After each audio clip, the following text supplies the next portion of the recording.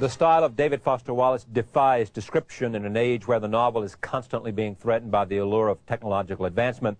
He put it back on the map with his mammoth work, Infinite Jest. When he is not writing novels of extraordinary length, he is out chronicling America for publications like Harper's, Esquire, and Premiere. A supposedly fun thing I'll never do again is a collection of the pieces he has written on everything from the genius of David Lynch to tennis to the horrors of a cruise ship. I am pleased to have him back on this broadcast. Your dad's a professor of philosophy. Yeah. He was a protege of George Will's father, who also taught same school, same department, and considered him as an influence on his life. Dad's been at the University of Illinois since the early 60s, and when Dad first came, Fred Will, who's now, I think, in his 70s, was, you know, maybe in his 40s or 50s, and was a guy of major stature. And he was nice to Dad. And I think most junior academics, this is what happens, is, you know, you find older people in the department whose intellectual approach is congenial to you and who are nice to you, and you kind of become friends with them. I was a philosophy major in college, but my areas of interest were mathematical logic and semantics and stuff, which my dad thinks is kind of gibberish. So it's very weird. In a certain way, I'm following in Dad's footsteps, but I'm also doing the required, you know, thumbing the nose at the father thing. And the stuff that I was doing was really more math than it was philosophy. And I don't know whether I would have taught. If you're good enough at that, they just kind of put you in a think tank and let you write on yellow paper. There's a thing at Princeton where they're supposedly professors. They don't teach any classes. They just sit and devise proofs. But I don't think everybody should have to teach, do you? I heartily agree with you. Yeah. I mean, I would hope we're getting away from that sort of, and then likewise you hope that you can get away from the notion of publish or perish, too. Yeah, oh boy, don't even get me started on teaching. Teaching, you learn an enormous amount. The cliche turns out to be true. The teacher learns a lot more than the students. You do for about 2 or 3 years, and then the curve falls off sharply. And most of the older teachers that I know, except for a very few geniuses, are extremely bored with teaching and are not very interested in their students, and they're going through the motions and the students are going through the motions. And there's a weird schizophrenia about higher education, because people are hired to teach, and to teach college students who are preparing to enter the field themselves, yet on the other hand, very often they're judged and given or denied tenure based on their own work. And I think administrators believe that the two are compatible. They're really not. They're entirely different. And the more time and energy spent on teaching, which is extraordinarily hard to do well, the less time spent sort of on your own work. I'm in a good position because I was hired. I mean, I didn't have much teaching experience. I was hired because, you know, I write a lot and publish stuff, and that's really all I care about. And I hadn't had much teaching experience, and so you learn a lot right at the beginning. But I'm coming up on, this is my 4th year, and I'm already So you've kind of burned out and bottomed out and plateaued. So all you students. I think I think I've developed an aesthetic, or I've developed a position, and I find myself saying this year the same thing I said last year, and it's a little bit horrifying. I got very lucky and got a grant, so I can take next year off as an unpaid leave, and I don't really have to confront the decision. And so what will you do with that year? I will, if past experience holds true, I will probably write an hour a day and spend 8 hours a day biting my knuckle and worrying about not writing. Worrying about not writing? Yeah. Not worrying about what to write? Right. Yeah. Worrying about not writing. Concatenation. Yeah. Respect means a lot to you. Sort of a sense that I'm taken seriously and respected for my work. You can read this in my face? Yeah. I can read it in terms of what's been written about you and what you've said. Show me somebody who doesn't like to be respected. I guess there's a certain amount of ambivalence about, say, the reception that Infinite Jest got, because, you know, every writer dreams of having a lot of attention. You bet. But the fact of the matter is, this is a long, difficult book, and a lot of the attention began coming at a time when, I mean, I can do elementary arithmetic. A lot of people hadn't had time to read the book yet. So the stuff about me, or interesting rumors that develop about the book, and all that stuff getting attention, I found that, I didn't like that very much, just because I wanted people to read the book. I'm sorry that I'm essentially stuttering. No, you're doing just fine.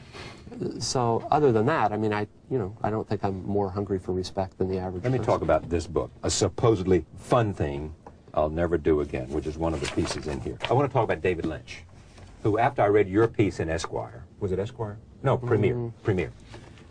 I interviewed David Lynch. You never got to interview David Lynch. Well, I said from the outset, this is the reason they let me on the set of all the other journalists, is I was the only one who said he did not, in fact, want to interview David Lynch. Why did you want to go observe David Lynch? I found, you mean why did I not want to interview him, or no, why did I want to... well, why was David Lynch interesting to you as the subject of a magazine piece? For me, the number of film directors who get national distribution in this country who are truly interesting as artists is very, very small, and Lynch was one of them for me. I've been interested in Lynch's films for a long time, and actually in grad school, I think there's a thing about this in the essay. Blue Velvet came at a time for me when I really needed to see it, and it helped me a lot in my own work. And then after that, I went and found Eraserhead and have sort of followed this guy's career, and I find him instructive and useful to think about, for whatever that's worth. Did you like the movie Lost Highway? I have not seen the movie Lost Highway. I've seen the rough cut of Lost Highway, or scenes. They let me go in and sit in what I believe to be David Lynch's personal editing chair, and look at on the little monitor and see, which was the thrill of my life. But I've been on this tour, and even though I'm in big cities, I have not yet gotten to see it, and I'm kind of terrified because there's a big part of the essay that talks about what the movie's about, and if indeed the movie is nothing like that, I'm going to look. Yeah. When he was here, I asked him about what was Lynchian. And I took that right out of your piece. And I'm sure he just looked at you and blinked very slowly. Well, he didn't have a great answer, because I don't think he thinks that way. He obviously doesn't think that way. There's a part in the essay that kind of does this academic, let's unpack the idea of Lynchian, and what Lynchian means is something about the unbelievably grotesque existing in a kind of union with the unbelievably banal, and then it gives a series of scenarios about what is and isn't Lynchian. Jeffrey Dahmer was borderline Lynchian. Borderline? Well, the refrigerator. And actually what was Lynchian was having the actual food products next to the disembodied bits of the corpse. I guess the big one is, a regular domestic murder is not Lynchian, but if the man, if the police come to the scene and see the man standing over the body, and the woman, let's say the woman's 50s bouffant is undisturbed, and the man and the cops have this conversation about the fact that the man killed the woman because she persistently refused to buy, say, for instance, Jif peanut butter rather than Skippy, and how very, very important that is. And if the cops found themselves somehow agreeing that there were major differences between the brands, and that a wife who didn't recognize those differences was deficient in her wifely duties, that would be Lynchian. This weird confluence of very dark, surreal, violent stuff and absolute, almost Norman Rockwell, banal American stuff, which is terrain he's been working for quite a while. I mean, at least since Blue Velvet. You think the failure of Dune was good for his career? Because it made him understand a system that he didn't want to be part of. What happened to Lynch with Dune, and now I'm getting a lot of this from my research, which was published up. It's not like, Mr. Lynch and I had coffee and he told me this stuff.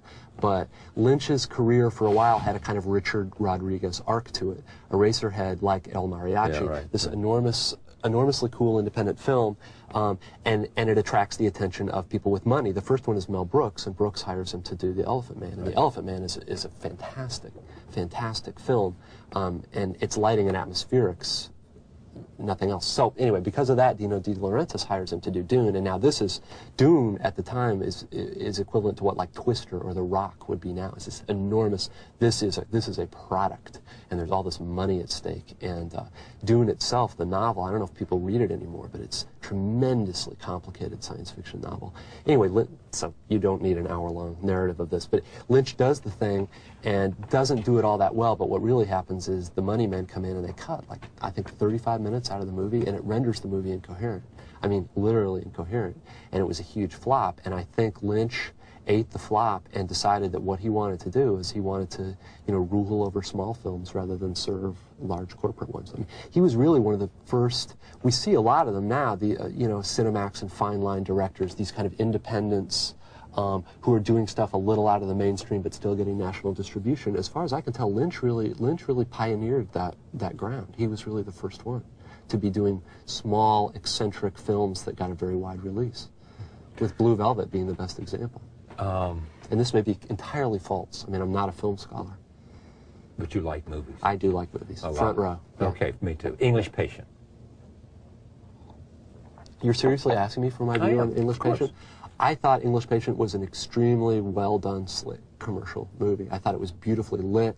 I thought, the desert looks like a body. It was David Leanian for you. I thought it was like David Lean's Lawrence of Arabia in some ways.